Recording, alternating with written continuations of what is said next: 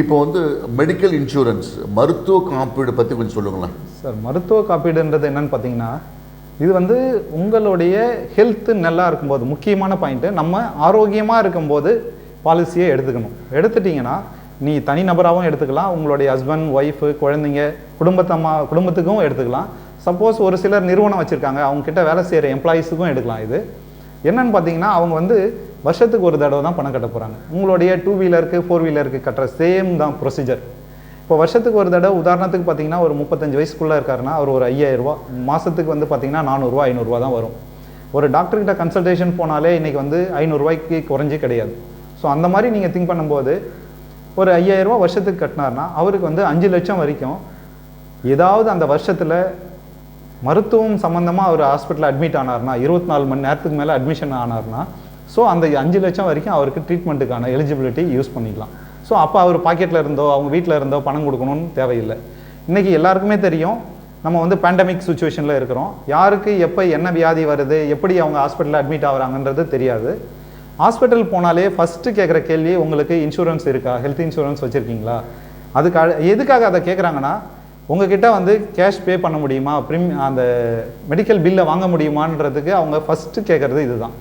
இல்லைன்னு நீங்கள் health insurance இல்லைன்னு சொல்லிட்டீங்கன்னா அடுத்த நிமிஷம் நீங்கள் 25,000 டெபாசிட் பண்ணுங்கள், 50,000 கட்டுங்க, அப்போ தான் உங்களுக்கு ட்ரீட்மெண்ட் கொடுக்க முடியும் அப்படின்ற அடுத்த ஸ்டெப்பு போகிறாங்க. ஸோ அதுக்கு நம்ம இப்போ முதல்லையே கட்டி வச்சுருந்தா அந்த டைமில் நம்ம வந்து ஃப்ரீயாக வந்து நீங்கள் கட்டிங்க. அது உண்மை, அது மிகப்பெரிய உண்மை. அது இப்போ அடுத்தது பார்த்தீங்கன்னா, ஹெல்த் இன்சூரன்ஸில் வந்து பிறந்த குழந்தையிலேருந்து 65-70 வயசு வரைக்கும் இருக்கிறவங்க யார் வேணாலும் ஹெல்த் இன்சூரன்ஸ் எடுத்துக்கலாம். சின்ன வயசில் எடுத்திங்கன்னா, இன்னொன்று ஹெல்த்து வந்து நல்லா இருக்கும்போது ஏன் எடுக்கணும்னு சொல்கிறேன்னு கேட்டிங்கன்னா, அதில் ஹெல்த் இன்சூரன்ஸ் முக்கியமான விஷயம் இருக்குது. என்னன்னு கேட்டிங்கன்னா, அது வந்து நிறைய பேர் சொல்கிறது, நான் ஹெல்த் இன்சூரன்ஸ் எடுத்தேன் எனக்கு கிளைம் கொடுக்கல அப்படின்ற மாதிரியும் சிலர் சொல்லுவாங்க. ஏன் கேட்டிங்கன்னா, அவங்க அந்த இருக்கிற ஹெல்த் ப்ராப்ளத்தை சொல்லாமலே பாலிசி எடுத்துருவாங்க. இப்போ வந்து மறைச்சி எடுக்கிறது. இப்போ வந்து உதாரணத்துக்கு எனக்கு வந்து ஹார்ட் ப்ராப்ளம் இருக்குது, நான் பாலிசி எடுக்கிறேன். ஏன்னா நான் டாக்டர்கிட்ட போயிருப்பேன், பிபி இருக்குது, உங்களுக்கு ஹார்ட்டில் ப்ராப்ளம் இருக்குது சார், சர்ஜரி பண்ணணும்னு சொல்கிறாங்க, 2 லட்சம் 3 லட்சம் ஆகும்னு சொன்னால், சரி நம்ம ஒரு 15,000-20,000 தானே ஹெல்த் இன்சூரன்ஸ் எடுத்துகிட்டு நம்ம அதில் கிளைம் பண்ணிக்கலாம்னு நினைப்பாங்க. அப்போ இவங்க வந்து நல்லா இருந்தாங்கன்னா ஓகே, இவங்க பாலிசி எடுத்துகிட்டு இவருக்கு வந்து அன்கான்ஷியஸாக போயிட்டு ஹாஸ்பிட்டலில் போய் அட்மிட் ஆகிறார். அப்போ வீட்டில் இருக்குன்னா சொல்லுவாங்க, சார் அவர் 2 வருஷம் 3 வருஷமாக ஹார்ட் பேஷண்ட்டு அப்படின்னு சொல்லுவாங்க. ஹிஸ்ட்ரியில் அதை மென்ஷன் பண்ணுவாங்க. ஆனால் இவர் பாலிசி எடுத்திருப்பார், அதனால் யூஸ் கிடையாது. அதனால் பாலிசி எடுக்கும்போது உண்மைத்தன்மையை, நமக்கு என்ன இருக்குதோ இருக்கிற ப்ராப்ளத்தை நம்ம சொல்லிவிட்டு பாலிசி எடுத்தீங்கன்னா உங்களுக்கு அது வந்து எப்பயுமே வந்து எந்த பிரச்சனையும் வராது. நீங்கள் கிளைம் பண்ணுறப்ப ஈஸியாக இருக்கும் உங்களுக்கு. ஸோ அதுக்கு வெயிட்டிங் பீரியட் கொடுக்குறாங்க. சப்போஸ் ஹார்ட் ப்ராப்ளம் இருக்குன்னா நீங்கள் கொடுத்தீங்கன்னா ஓகே, நீங்கள் 2 இயர்ஸ் வெயிட் பண்ணுங்கள், 3 இயர்ஸ் வெயிட் பண்ணுங்கள், அதுக்கப்புறம் அது சம்மந்தமாக உங்களுக்கு எதாவது வந்ததுன்னா நீங்கள் கிளைம் பண்ணிக்கலாம் அப்படின்னு கொடுக்குறாங்க. ஸோ ஆஃப்டர் 3 இயர்ஸ் நீங்கள் அதை வந்து அது சம்மந்தமாக நீங்கள் கிளைம் பண்ணிக்கலாம். ஸோ அந்த மாதிரி ஒரு வகையில் பார்த்தீங்கன்னா ஹெல்த் இன்சூரன்ஸ் வந்து முக்கியமாக கஸ்டமர் வந்து நிறைய பேர் பண்ணுறது மிஸ்டேக் என்னென்னா, ஒன்று எடுக்காமலே இருந்துறாங்க, எடுக்கிறவங்களும் ஏதாவது இஷ்யூஸ் இருந்ததுன்னா அதை சொல்லாமல் மறைச்சிட்டு எடுத்துடுறாங்க. ஸோ அப்போ வந்து கிளைம் அப்போ கிடைக்கிறதுக்கு ப்ராப்ளமாக இருக்குது.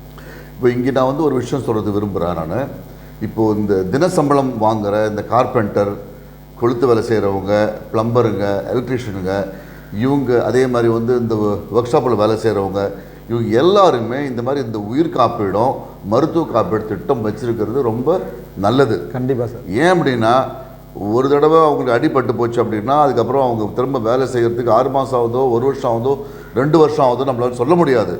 ஸோ அந்த காப்பீடு இருந்தது அப்படின்னா அவங்கள வந்து ஓரளவுக்கு வந்து காபந்து பண்ணும், குடும்பம் வந்து சிரமத்துக்கு உள்ளாகாது.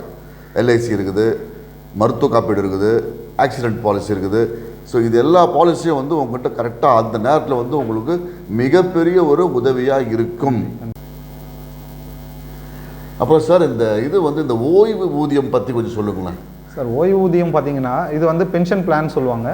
இப்போ வந்து எல்லாருமே வருமானத்தை ஏர்ன் பண்ணும்போது என்ன பண்ணுறாங்கன்னா, நமக்காக யாரும் சேமிக்கிறதோ, நம்மளுடைய ஓல்ட் ஏஜை பற்றி யாரும் திங்க் பண்ணுறதில்ல. எல்லோரும் என்ன இம்பார்ட்டன்ஸ் கொடுக்குறோம், நம்மளுடைய எல்லாருமே ஜென்ரல் பப்ளிக் அதுதான் கான்செப்ட். என்னென்னா நம்ம பிள்ளைங்களை படிக்க வைக்கணும், அவங்கள வளர்க்கணும், அவங்களுக்கு மேரேஜ் பண்ணணும், அவங்களுக்கு வீடு கட்டணும், அவங்களுக்கு வந்து சொத்து சேர்க்கணும், இப்படி தான் நினைக்கிறோமே தவிர, அவங்களுக்கு மேரேஜ் ஆகி அவங்களுடைய கமிட்மெண்ட், அவங்க குழந்தைங்க அந்த மாதிரி கமிட்மெண்ட் வரும்போது அவங்களால பேர் பண்ண முடிஞ்சதுன்னா நமக்கு பண்ணுறாங்க. இல்லை அவங்க குழந்தைங்க குடும்பத்தை பார்க்கணும் போது உங்களுக்கான செலவுகளுக்கோ, உங்களுடைய மருத்துவ இதுக்கோ, மற்றது இல்லை நீங்கள் ஒரு இடத்துக்கு போகணும், ஒரு கோயிலுக்கு போகணும் அப்படின்னா நீங்கள் வந்து ஏன் பண்ணுறப்ப என்ன பண்ணீங்க, நீங்கள் நினச்ச இடத்துக்கு போகலாம், நினச்சதை வாங்கலாம், நினச்சதை செலவு பண்ணலாம். ஆனால் ஓல்டேஜ் ஆன பிறகு அடுத்தவங்கள நீங்கள் டிபெண்ட் பண்ணி இருக்கணும். உங்ககிட்ட மணி இல்லைன்னு சொன்னால் நீங்கள் அடுத்தவங்கள டிபெண்ட் பண்ணுற மாதிரி கஷ்டம். ஸோ அந்த மாதிரி சூழ்நிலையில் எப்பயுமே வந்து நம்ம இதே ஸ்டேட்டஸ்லேயே இருக்கணும் அப்படின்னா நமக்கு வந்து ஒரு முக்கியமான ஒரு பாதுகாப்பு வந்து பென்ஷன். அது பென்ஷன் வந்து பார்த்திங்கன்னா கவர்மெண்ட் எம்ப்ளாயிக்கெலாம் வந்து கேரண்டி அவங்களுக்கு வந்து ரெகுலராக வந்துடுது. ஆனால் மற்ற தனியார் துறையில் வேலை செய்கிறவங்களுக்கோ இல்லை வந்து சுய தொழில் பண்ணுறவங்க நிறைய பேர் வந்து கம்பெனி வச்சுருக்காங்க, இல்லை வந்து ஷாப்ஸ் வச்சுருக்காங்க, இல்லை பிஸ்னஸ் நிறைய பிஸ்னஸ் பண்ணுறாங்க. அவங்களாம் பார்த்தீங்கன்னா நிறைய சம்பாதிக்கிறாங்க. ஆனால் இந்த மாதிரி தனியாக நமக்கு வந்து ஓய்வு காலத்துக்காக ஒரு அமௌண்ட்டு நிரந்தரமாக வரணும். இன்றைக்கி பார்த்தீங்கன்னா பொருளாதாரத்தில் நிறைய சேஞ்சஸ் வருது. ஒரு உதாரணத்துக்கு ஒரு பொருள் வந்து இன்றைக்கி நம்ம 100 ரூபாய்க்கு வாங்குறோன்னா 1 மாதம் 2 மாதம் கழிச்சு பார்த்தீங்கன்னா அதுவே 120 ரூபா 150 ரூபா விற்குது. ஸோ அந்த மாதிரி விலையேற்றத்துலலாம் வந்து நமக்கு 10 வருஷம் கழிச்சு 20 வருஷம் கழிச்சு என்ன இருக்குன்றது தெரியாது. ஸோ அதுக்கு மினிமமாக வந்து நீங்கள் ஒரு கேரண்டியாக நமக்கு கிடைக்கணும் அப்படின்னா அதுக்கு ஃபஸ்ட்டு சொல்யூஷன் வந்து பென்ஷன் தான் சார். அதுக்கான திட்டங்கள் வயசுக்கு தகுந்த மாதிரி அவங்களுக்கு என்ன பே பண்ண முடியுமோ அதுக்கு தகுந்த மாதிரி பண்ணலாம்.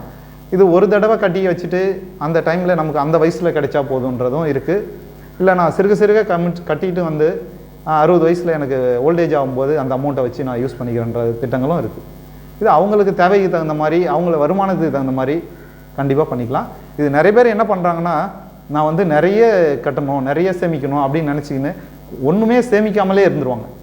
நீங்கள் கையில் இருக்கிற 1 ரூபா 2 ரூபாயை நீங்கள் சேமிக்க ஆரம்பித்தாலே அதுவே கொஞ்சம் கொஞ்சமாக அதிகமாகும். ஆனால் நான் வந்து 1000 ரூபா சம்பாதிப்பேன், 10,000 சேமிக்கிறேன், 1 லட்சம் தான் சேமிப்பேன்னா அதுக்குள்ளே செலவு தான் ஆகின்னு இருக்கும். அப்போ 60 வயசில் போயிட்டு திரும்பி பார்ப்பீங்க, ஐயோ பசங்களுக்கு படிக்க வச்சோம் எல்லாம் செலவு பண்ணோம், நமக்காக எதுவுமே இல்லையே. நம்ம பசங்கக்கிட்ட வந்து ஏன்னா இன்றைக்கி இருக்கிற சூழ்நிலை வந்து பிள்ளைங்களையும் நீங்கள் குறை சொல்ல முடியாது. ஏன்னா அவங்களுக்கும் கமிட்மெண்ட்ஸ் இருக்குது. அவங்க பிள்ளைங்களை படிக்க வைக்கணும்னா இன்றைக்கி வந்து ஸ்கூலுக்கு போனாலே அட்மிஷனுக்கு 1 லட்சம் 1.5 லட்சம். உண்மை. அதாவது அடிப்படையில் வந்து என்ன அப்படின்னா, இன்றைக்கி வந்து ஒரு தாய் ஒரு தகப்பன் 60 வயசுக்கு அப்புறம் நம்ம எப்படி இருக்க போகிறோன்றது யாருமே வந்து பிளான் பண்ணுறது கிடையாது. பிளான் பண்ணணும். ஃபைனான்சியல் எப்படி வந்து உங்கள் குழந்தைங்களை எப்படி நீங்கள் படிக்க வச்சு நீங்கள் வந்து அவங்களுக்கு நல்ல வாழ்க்கை அமைச்சு கொடுன்னு நினைக்கிறீங்களோ அதே மாதிரி 60 வயசுக்கு அப்புறம் நீங்கள் எப்படி இருக்க போகிறீன்றதையும் நீங்களும் ஒரு கால்குலேஷன் பண்ணணும். பண்ணால் மட்டும்தான் நீங்கள் வந்து உங்களுக்கு வந்து ஒரு பாதுகாப்பான ஒரு எதிர்காலம் வாழ்க்கை அமையும். இல்லாட்டினா நீங்கள் அடுத்தவங்க கையை எதிர்பார்த்து சிரமப்பட வேண்டிய ஒரு சூழ்நிலையில் நீங்கள் இருப்பீங்க. நான் நிறைய பேரை பார்க்குறேன் 60 வயசுக்கு அப்புறம் ஒரு ஆட்டோ ஓட்டுறவங்களும் சரி, ஆசாரி சரி, ப்ளம்பர் சரி, எலக்ட்ரீஷியன் சரி, கொளுத்து வேலை செய்கிறவங்க சரி, ஒர்க் ஷாப்பில் வந்து வேலை செய்கிறவங்க சரி, கடையில் வேலை செய்கிறவங்க சரி, பார்த்திங்கன்னா சாப்பாட்டுக்கு ரொம்ப கஷ்டப்படுறாங்க. ஏன்னா பிள்ளைங்க நம்பியிருக்கிறாங்க. பிள்ளைங்க கல்யாணம் ஆகிடுச்சு. இப்போ சார் சொன்ன மாதிரி பார்த்தீங்கன்னா அவங்க பிள்ளைங்க பார்த்தீங்கன்னா அவங்க வந்து ப்ரைவேட் ஸ்கூலில் படிக்க வைக்கிறாங்க. 2 பிள்ளை 3 பிள்ளை இருக்குது. ஸோ அவங்களுடைய வந்து வருமானம் வந்து கமிட்மெண்ட் வந்து அவங்களுக்கு வந்து கரெக்டாக போகிறதால அவங்களால பெற்ற தாய் தகப்பனுக்கு செலவு பண்ண முடியாத சொல்லி ஏற்பட்டு போகுது. ஸோ அதை தடுக்கிறதுக்கு நீங்கள் உஷாராக இருந்தால் மட்டும்தான் அதை நீங்கள் சரி செய்ய முடியும். எப்பயுமே வந்து நம்ம இதே ஸ்டேட்டஸில் கௌரவத்தோட இன்னொன்று பார்த்தீங்கன்னா உங்களுக்கு உங்களுடைய சுய கௌரவம் வந்து எதில் பாதிக்கும்னா அடுத்தவங்கள நம்ம காசு கேட்கணும் போது தான் உங்களுக்கு பாதிக்கும். நம்ம வந்து இந்த 25 வயசுலேருந்து 60 வயசு வரைக்கும் நீங்கள் சம்பாதிக்கிறப்ப பார்த்தீங்கன்னா நீங்கள் ஒரு தெம்பாக இருப்பீங்க. இன்னொன்று உங்கள் கையில் காசு இருக்குதுன்னு சொன்னாலே உங்களுக்கு வந்து ஒரு கான்ஃபிடென்ஸ் இருக்கும். எல்லாத்தையும் நீங்கள் ஃபேஸ் பண்ணுறதுக்கான தைரியம் இருக்கும்.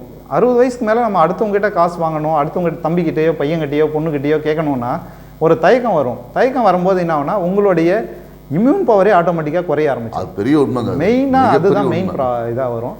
ஸோ அதனால் உங்களுக்கு ஓய்வு காலத்துக்கு நிரந்தரமாக 60 வயசுக்கு மேலே அடுத்தவங்களை நீங்கள் டிபெண்ட் பண்ணாமல் ரெகுலராக அது மாதமோ வருஷமோ ஏதோ ஒரு அமௌண்ட்டு உங்களுக்கு ரெகுலராக வரணும்.